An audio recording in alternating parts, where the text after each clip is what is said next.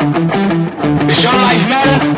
Does your life matter? Pack your bags, girl, let's get out of Dodge. Sick of living life, sick of counting scars. We the ones who go to war against the gods. We the shadows that move around in the dark. Take your life back, take your time, wicked. Welcome to the tribe, check the rhyme, wicked. I was doing bad, couldn't find wicked. Now my phone ringing all the time, wicked. We the only ones, holy sons. Mama's dead, kids holding guns. Catch 'em early, put that poison in they bottles with the Donald Trump. Walking around with the zombies. I know my home team. Yes. Hello, everybody. Welcome to episode 3, season 2, episode 3 of SF Live. Man, I am sick, you guys. I got my tea here. You're going to have to give me some grace. You're going to have to forgive me here because I can almost guarantee I can feel it deep in me that I'm going to sneeze. I can absolutely feel it. But you guys, thank you so much for being here. Look, SF Live, the reason I make this show, is to show up, to try and help you guys grow your business. I think showing up is, in and of itself a value. I think it's really hard to, just as a solopreneur, as a photographer, as a creative, to show up every day and go to the living room, go to the garage, go to the guest room, shut the door, ignore the kids. Maybe you get the luxury of driving to a studio, I don't know, and run a business. I think it's actually really challenging to do. And so I love to just show up and be here as a sounding block for you guys. I love to do Q&A. I don't claim to have all of the answers, but I could probably point you in the direction of somebody who does have an answer if I can't give you a good perspective. We are holding on the fort in Columbus, Ohio. It's a rainy, it is a rubbish day, actually. Let's just be real. It is a rubbish day in Ohio.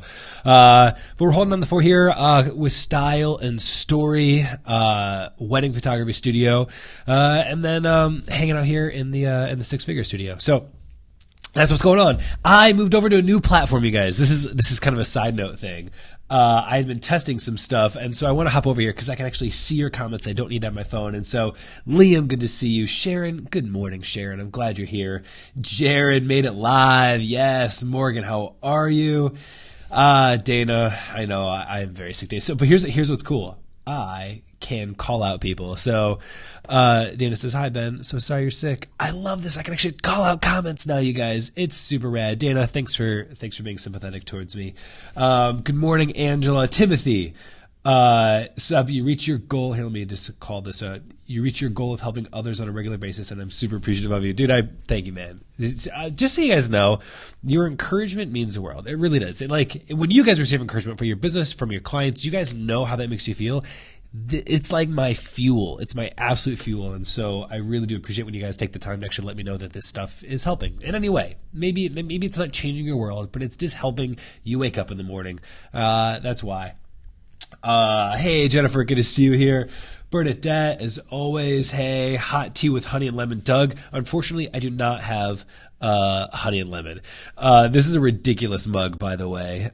This was a photograph. Ben Adams made me this mug of me in all white standing on top of my white vehicle with my arms outstretched.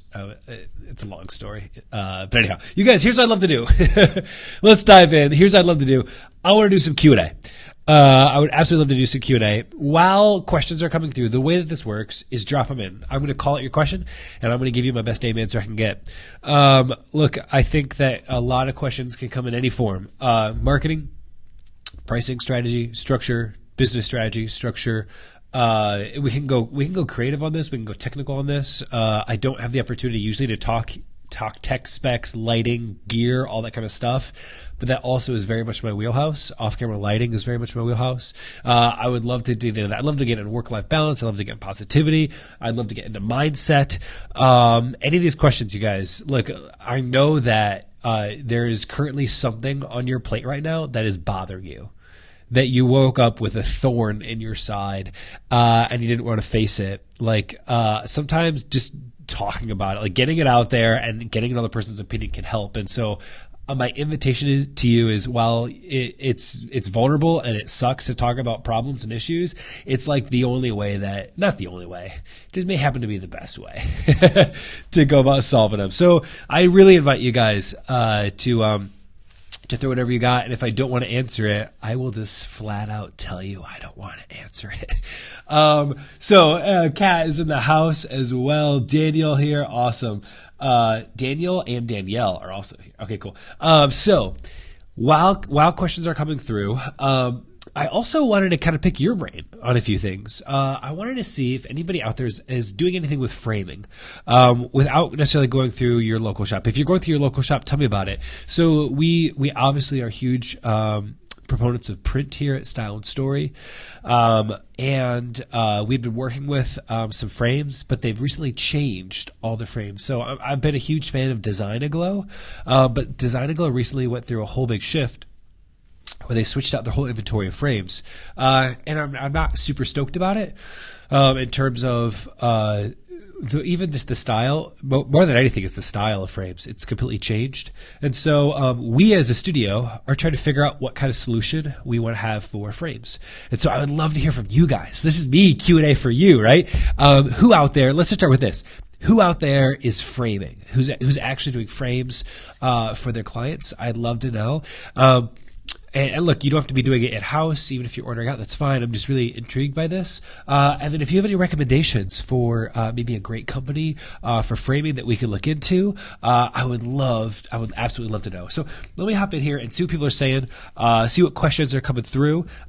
Take the time to do it now. Otherwise, I'm just going to end it. I'll end it early if there's not a ton of questions. I'll just move on with my life and keep getting things done. All right, let's see. Man. You guys, so damn sick. All right.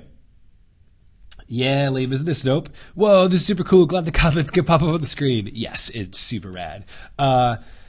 Okay, cool. So what program is this? Jennifer, great question. This program is called Ecamm Live. Now, here's the deal. I mean, obviously I love live content. Prior to Ecamm Live, any of this type of technology was minimum of $500 one time, or you ended up paying like $50 a month to actually have software to do this, broadcast software. So Ecamm Live is a one-time cost of $39.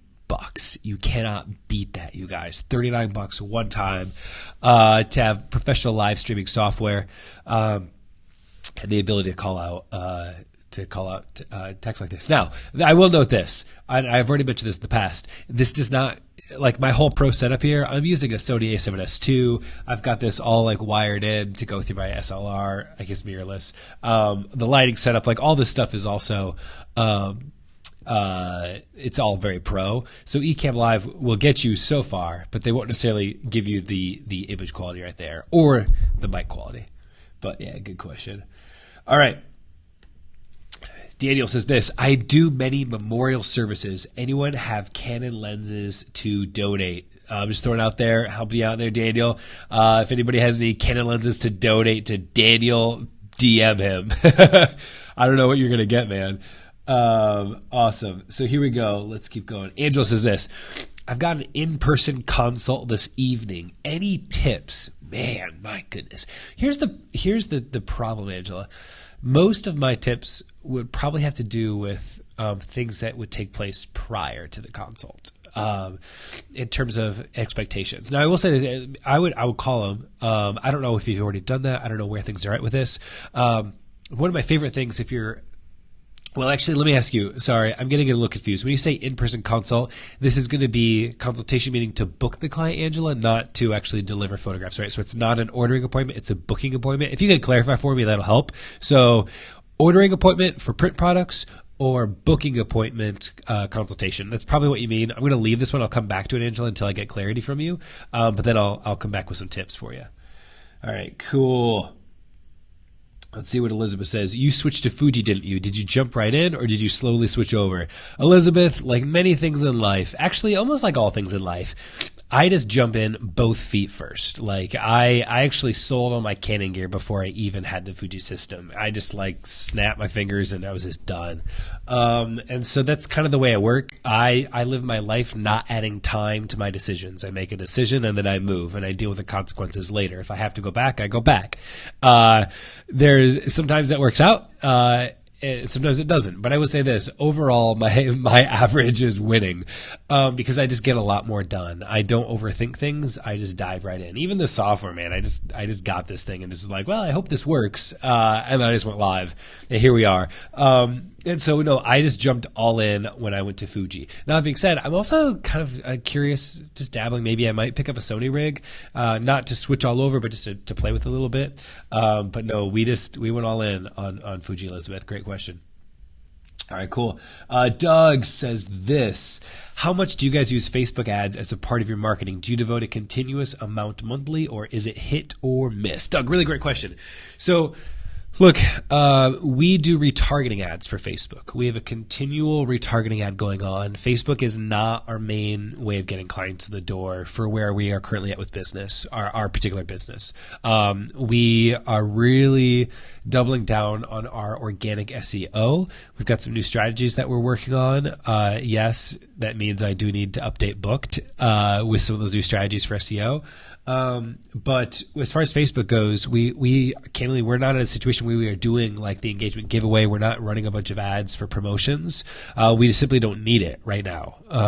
We have so many leads coming through organically and through referrals, direct referrals, that we don't do a lot with it. So as far as a retargeting ad goes, retargeting is amazing because essentially what a retargeting ad does is this: when your organic SEO is on point, meaning you're not on page one, but you're on slot one of page one, right? Or maybe you're just underneath the knot and then it's you for your keywords.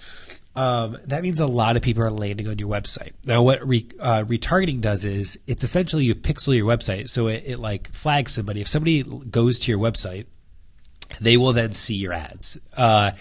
And the ads are really just retargeting branding. It's just putting our brand right back in front of the people's faces who are already seeing our stuff. And so because our organic SEO is so good, we only run retargeting ads, which retargeting ads are also really cost effective. They are so cheap, right? They're just really cheap to run. And so it's just essentially it just keeps putting us back in front of people who have already seen our brand. If they've been to our website, they're going to get hit with ads for Stound Story. And so it's a really cost effective way of running ads, but it truly works the best when your organic SEO is on point. So that is what we are up to.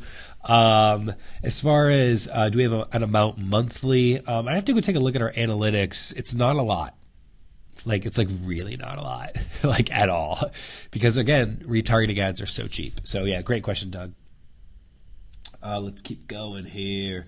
Alicia says this: my wife does matting and framing. She went to college for art, so it's been a huge saver. Dude, that's awesome, Alicia. So then she builds your own frames? That's incredible. Man, I love that. So I was an art major in school. I was an oil painter, and I used to build my own frames as well. But it's certainly nothing I'm about to get into now. Not going to happen. Okay, Dana says this: we use Design&Go as well. Dana, let me ask you. So, January they switched over to some new frame models. What's your experience been? Have you used any of the new Design&Go frames? Do you have any feedback for me? The sentiment that I've heard so far has not been super pro. I'm very open to it, but I haven't heard a lot of super exciting things. I think the biggest thing that I was disappointed with was the frame that we used essentially got discontinued. It was their super minimal. It was a super minimal frame, black and white. So anyhow, Dana, let me know. Man, you guys I may have to end this early just to get a breather. All right. Danielle says, I used to do custom framing. I know a local framer. Awesome. Yeah, I'm pretty sure we're going to have to go the route of a local framer. I just don't know if anyone could do the quality that we need by shipping stuff out to us. I'm just not positive it can happen. So I may need to take a look at local framers. Any Ohio people out there know any great local framers? DM me. Let me know what's up. I would love to reach out and support local. Jennifer says this: I actually got a bunch of free framing from a local business that I need to learn how to assemble myself. Any idea where I can learn how to make frames? YouTube. YouTube or Google it. I'm sure there's so many resources out there. If you just YouTube it of making frames, I bet it's ridiculous. You're just going to need a miter saw is going to be the main thing, and then probably some other kind of niche tools. But yeah, YouTube it, Jennifer. You'll be golden. All right, Carly, good to see you here. Let's see here. Carly says this. Okay, I'm struggling with social media sharing. I've seen how valuable sneak peeks are on Facebook for marketing and reach within 24 hours, but I'm trying to figure out how that will affect my sales on the in-person sales side of things. Thoughts? Yes, you can have your cake and eat it too. So social media sharing it's important, but you don't need to give away. There's probably some phrase here, give away the barn with the horse. Is that a phrase? Can we make that a phrase? Give away the barn with the horse? I don't know what the phrase would be, but like we post one image.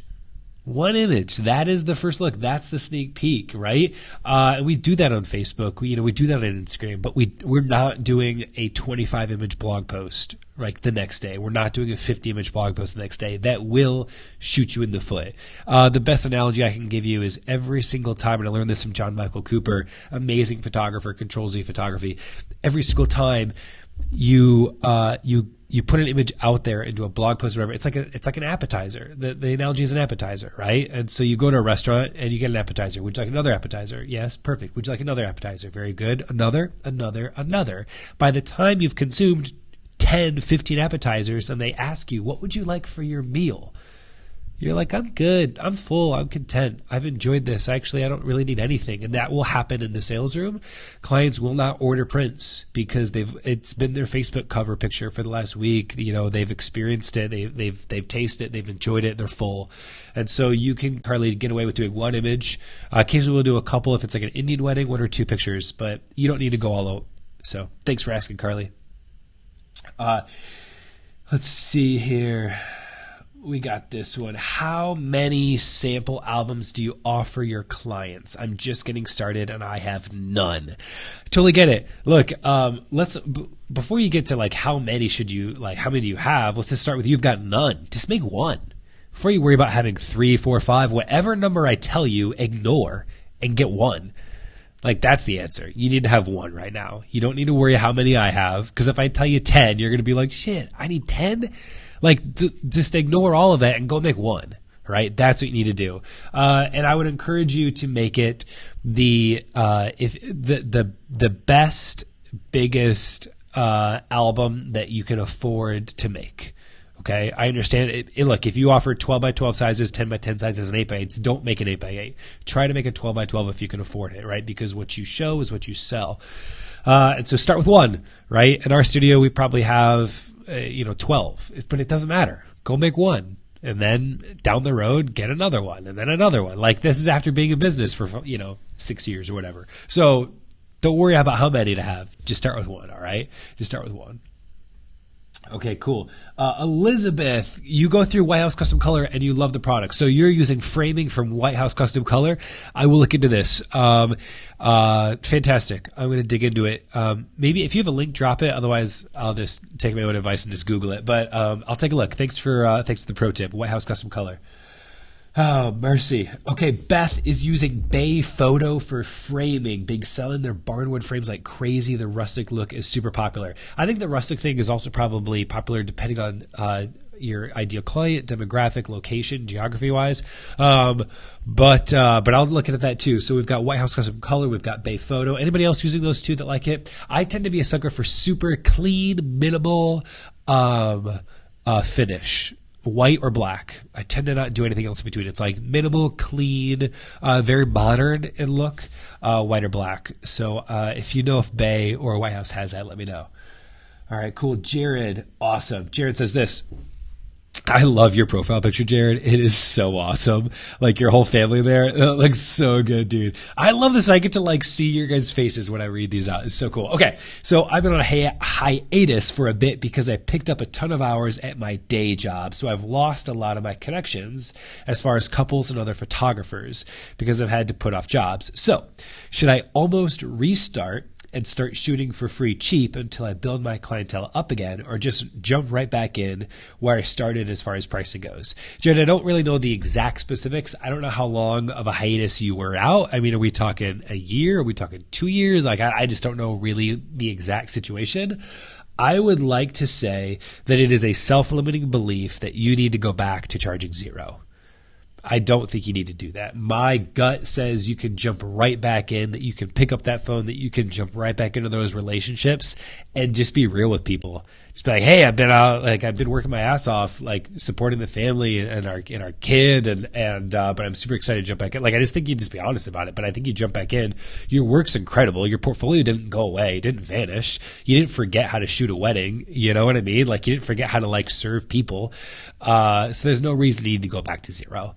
I think you jump back in and you just turn back on the switch and you start working your tail off.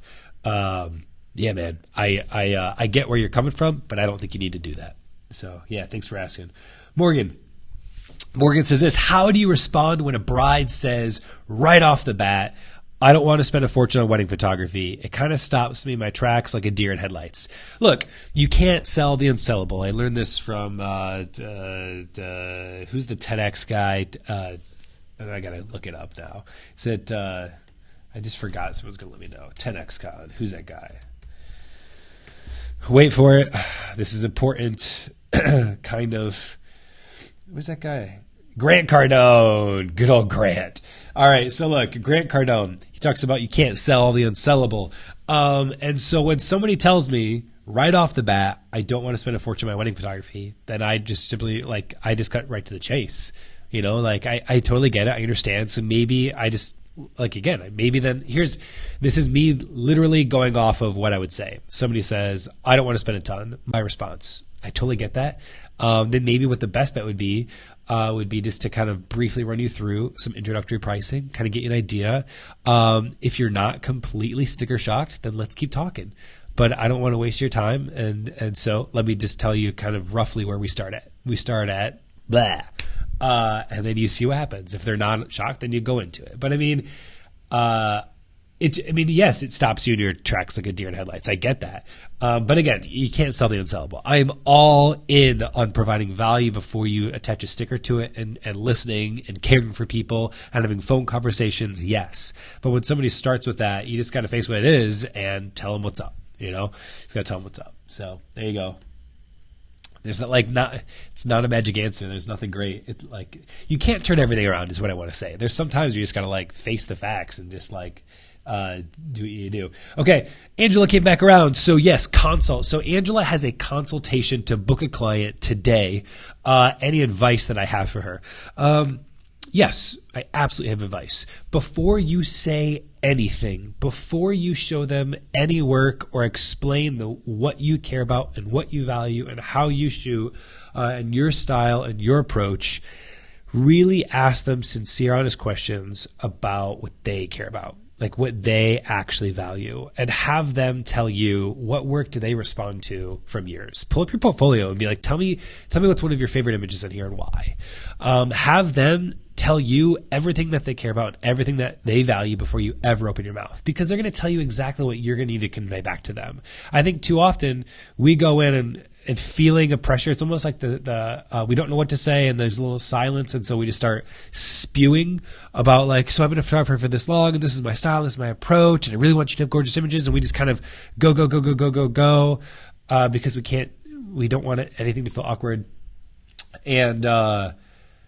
And you just might be talking, you might be overselling, right? And you might be selling stuff that they don't even want. And so my best advice is to slow down and ask them really intentional questions about what they really do value. A great way to word it is 10 years from now and you're looking through your wedding album, right? 5 years from now and you're flipping back through the pages of your wedding album. What do you see? What do you see in those pages as you turn each one? What do you see? How do you want the day to be remembered? Begin with that, and it kind of puts people into perspective of what this will look like down the road and what they want to feel like. What do they want the day to be like? I don't even start with questions like, what's the look and feel? What's the style of the day? I just start with that. And then we start going into albums or portfolio, and I start asking them, what are the images that you really respond to? What resonates with you? Tell me why it resonates with you. I start with that stuff. And I just stay there for the first 20 minutes before I ever tell them what I'm going to do. Because what I'm going to do is different, to be honest, for each person. Like the way that I shoot a wedding is different. It's just different. So Angela, that'd be my advice. That and bake cookies. You don't even have to serve them. You just want that house to smell like some cookies. All right, so there you go. All right, cool. Let's see. I struggle with decisions. Your candid Wabis. Cool. I'm not sure what that means. But if you have any more clarity, let me know. Okay, cool. Let's see here. Dana says this. We were talking about ordering the stock kit to try to feel and to try them out, feel and touch. Oh, we're going back to Design and Glow. Again, you guys, we were talking about frames earlier. So you guys are thinking about getting the stock kit to check out the feel and touch. The stock kit is helpful, but it's also really helpful to actually see something completed, like the full square of how it looks. We ran into issues with corners a lot, Dana, by the way. My fear is the stock kit it's all gonna look nice because only one corner to deal with. It's probably packaged really nice. But that's just that'd be my forecast for how that could go. I think get some actual frames too. Okay, cool. Peter says, have you tried Miller's frames? Peter, I've looked at them. I haven't actually ordered them personally. Obviously I use Miller's for everything else. Tried them out at trade shows. It's just not quite the look and feel that I really like. They're very deep. It almost feels more of like a shadow box, like for a canvas or something. Have you tried them, Peter? I'm curious. But I wasn't super head over heels about it, Peter. Also very limited. I think there's only 3 types, and I really wanted white and black, and I think this is more raw wood kind of a feel. So that's what I was looking at. All right, Morgan, Frame It Easy is all custom frames. So it's like frameiteasy.com or something. I use them for my photos in my apartment, and so far they're gorgeous. I can send you some pictures if you'd like to get an idea of the quality. Morgan, I would love that. Please do send over some pictures. Frame It Easy. I'm guessing that's a website, frameiteasy.com. I'm going to take a look at that. Thank you, Morgan. Awesome. Cool. Dana's really enjoying Design and Glow still. That's awesome. It's great to hear. She's still impressed with Design and Glow. Order the sample kit. We're always looking for ways to build value with our customers as well. Yeah. That's awesome, Dana. I'm glad you're still enjoying Design and Glow. Jennifer says, I think I made this a little smaller. Let me move that over. Should a first sample album be one wedding album, or should it be a sampling of our best shots from our various clients? Jennifer, neither. I think your first sample album should be your family, or your last vacation, or your dog, or something that's important to you, because you're actually going to be able to talk about those memories and talk about those experiences and those moments with like conviction and emotion behind it. You won't be talking about the album in terms of, linen, leather, Italian leather, this 1/4-inch pages, embossing, debossing, gold gilding. Like you'll be able to talk about it in terms of a way that you actually be able to sell it because you believe in it, because you've seen the power of it in your own life, because you have an emotional connection to the images. I think sample album number 1 should be a personal thing for you, right? So maybe it's you and a boyfriend, husband, kids, dog, vacation, family, parents growing up. You get old pictures growing up. I think that'd be really cool, like to go back and find old photographs, scan them in, and actually create an old family album essentially, and talk about the importance of that. That is going to convey so much more value. That will sell albums to clients far more than the prettiest wedding that you've ever photographed. That should be a sample album 1. I'm going to take a couple more, and then I've got to end this because my congestion is just out of control right now, you guys. I appreciate you dealing with me as it is, but I'm going to need to just chill out, take a breather, take some Dayquil. So I'm going to do maybe two more questions. The next 2 that pop up I'm going to do. So, okay, cool. Grant Cardone. Okay, awesome. Okay, Elizabeth says, what is your typical schedule for having kids? You rock your business, but I have a hard time figuring out I have a hard time figuring out a schedule with my 2-year-old and running a business full time. Elizabeth, I have mass empathy for you. This weekend, I was with my kids. I've got 3 kids under 3.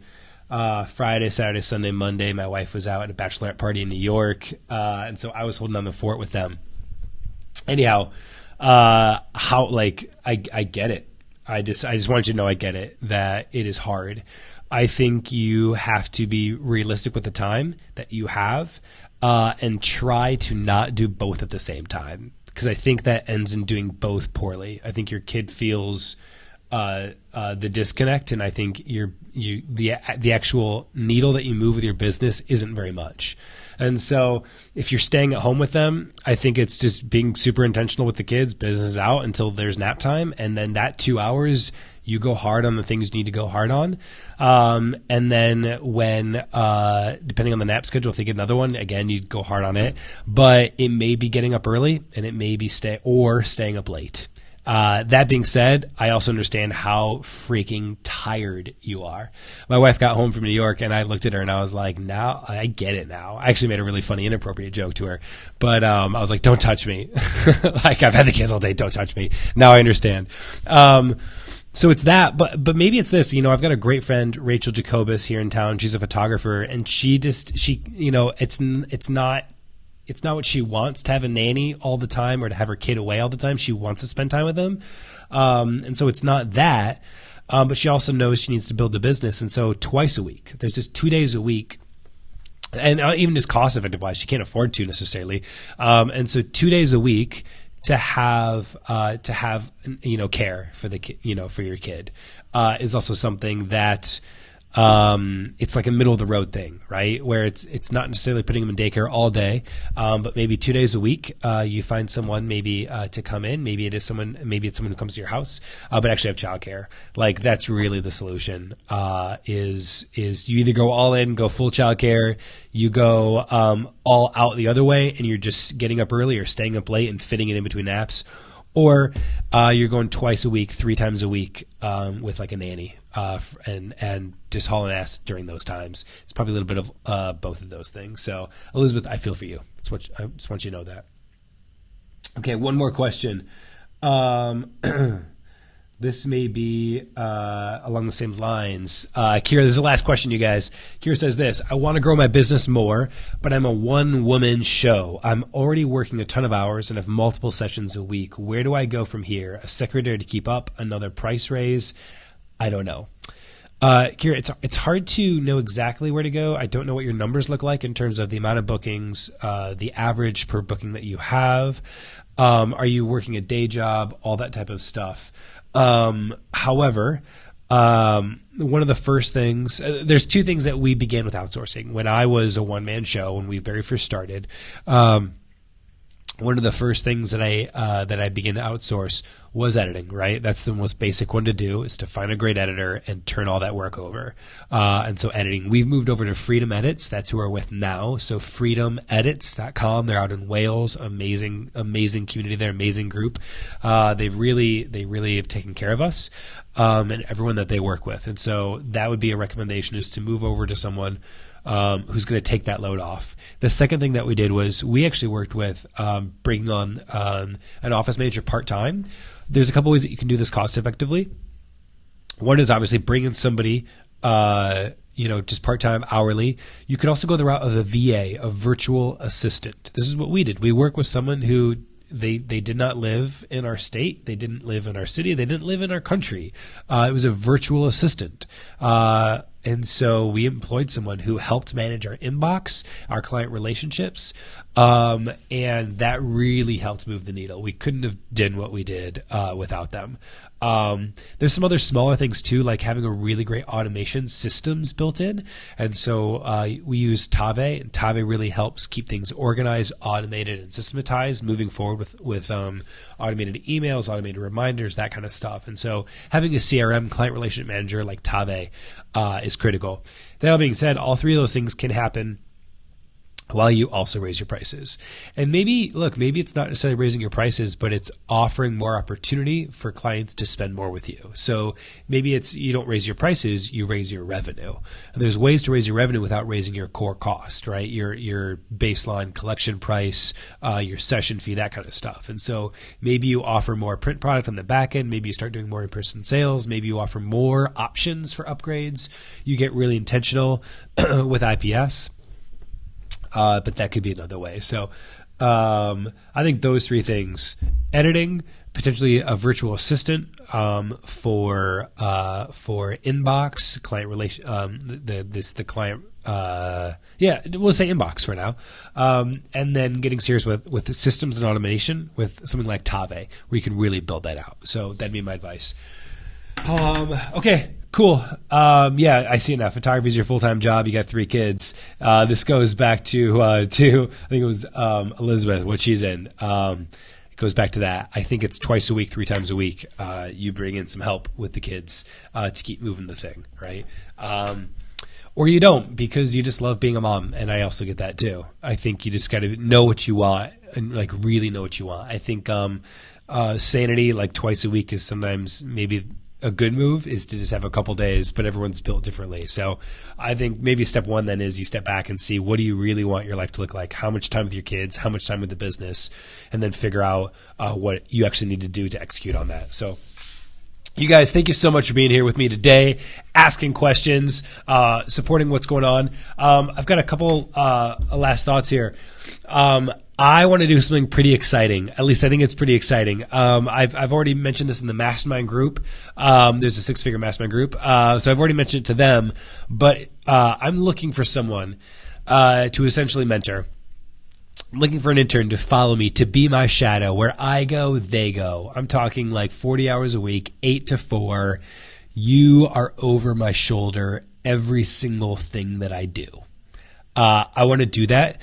And so if you're interested, it's, this is a commitment. It's a long-term commitment. It's something that, there's high expectations, that come with it. I definitely have, some pretty lofty goals, in mind, but if you, or someone who might be a great fit for that, please DM me and I will get you more specifics. You guys, thank you so much for being here. Season 2, episode 3, SF Live. I may see you tomorrow. I may not. This whole thing might just blow up in my face and I'm just going to pass out on a couch all day. Who knows what happens? You guys, we'll see you at the very least sometime this week. Bye, you guys.